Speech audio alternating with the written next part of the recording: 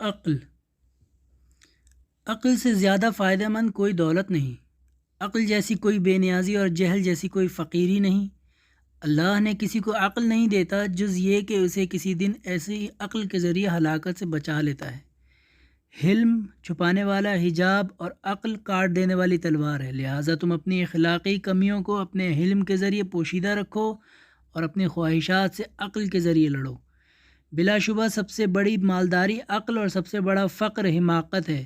جب عقل کامل ہو جاتی ہے تو باتیں کم ہو جاتی ہیں۔ قلت عیال دو آسانیوں میں سے ایک طرح کی آسانی ہے۔ دوستی و محبت نصف عقل اور غم و اندوہ آدھا بڑھاپا ہے۔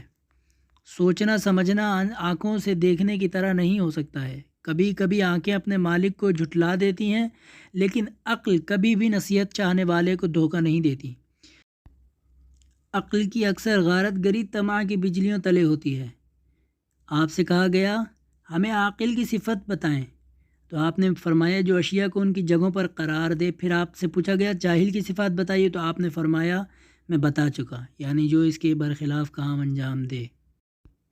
عاقل کے لیے تین چیزوں کے علاوہ کسی اور طرف دھیان دینا مناسب نہیں: اپنی معیشت کو سدھارنے، اپنی آخرت کے لیے کچھ تیاری کرنے، اور محرمات کے علاوہ دوسری اشیاء سے لطف اندوز ہونے کی طرف۔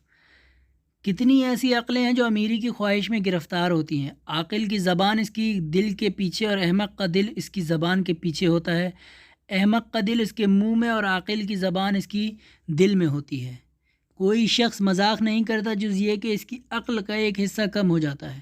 اپنے بیٹے محمد بن حنفیہ سے فرمایا، اے بیٹے میں تمہارے لیے فقر سے ڈرتا ہوں، لہٰذا فقر کے لیے اللہ کے حضور طالب پناہ رہو، کیونکہ فقر دین کے لیے منقصد، عقل کے لیے حیران کن اور غیظ و غضب کا باعث ہوتا ہے۔ عاقل کا سینہ اس کے اسرار کا صندوق ہوتا ہے۔ تدبیر جیسی کوئی عقل نہیں۔ عاقل آداب کے ذریعے سدھر جاتا ہے، مگر جانور صرف مارنے ہی سے سدھرتے ہیں۔ انسان کا مرتبہ اس کی عقل کی خوبی جتنا ہی ہوگا۔ عاقل وہ ہے جسے تجربات سدھار دیں۔ عقل تجربوں کی حفاظت کرتی ہے۔ آپ سے پوچھا گیا عاقل کون ہے، تو آپ نے فرمایا جو باطل کو ٹھکرا دے۔ کم عقلی سے زیادہ سستی پیدا کرنے والا کوئی اور مرض نہیں ہے۔ عاقل کا گمان پیشن گوئی ہوتا ہے۔ ادب عقل کا چہرہ ہے، لہٰذا تم جتنا چاہو اپنی عقل کو زیبا کر لو۔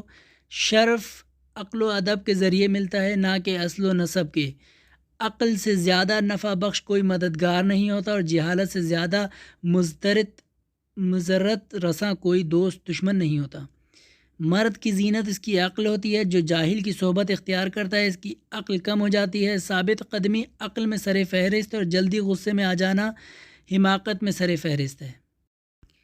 عقل ذاتی اور پیدائشی ہوتی ہے، اور علم اکتساب و تحصیل سے ہوتا ہے، اور علماء کی معاشرت اسے زیادہ کرتی ہے۔ عقل وہ ہے جس کا آج کل سے بہتر ہو۔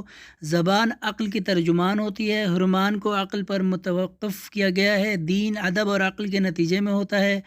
عقل خیر کا سرچشمہ ہے۔ عاقل کمال چاہتا ہے اور جاہل مال۔ عقل علم کی جڑ ہے اور فہم و فراست کی مقتضی۔ عقل بے وطنی میں وجہ قربت ہے۔ عقل ایسا نیا لباس ہے جو بوسیدہ نہیں ہوتا۔ عقل ہر کام کے لیے اسلحہ ہے۔ عاقل اپنے کام پر اور جاہل اپنی امیدوں پر بھروسہ کرتا ہے۔ عاقل وہ ہے جس کے افعال اس کی اقوال کی تصدیق کریں۔ عاقل وہ ہے جو جاہل کی مرغوب اشیاء میں زہد اختیار کرے۔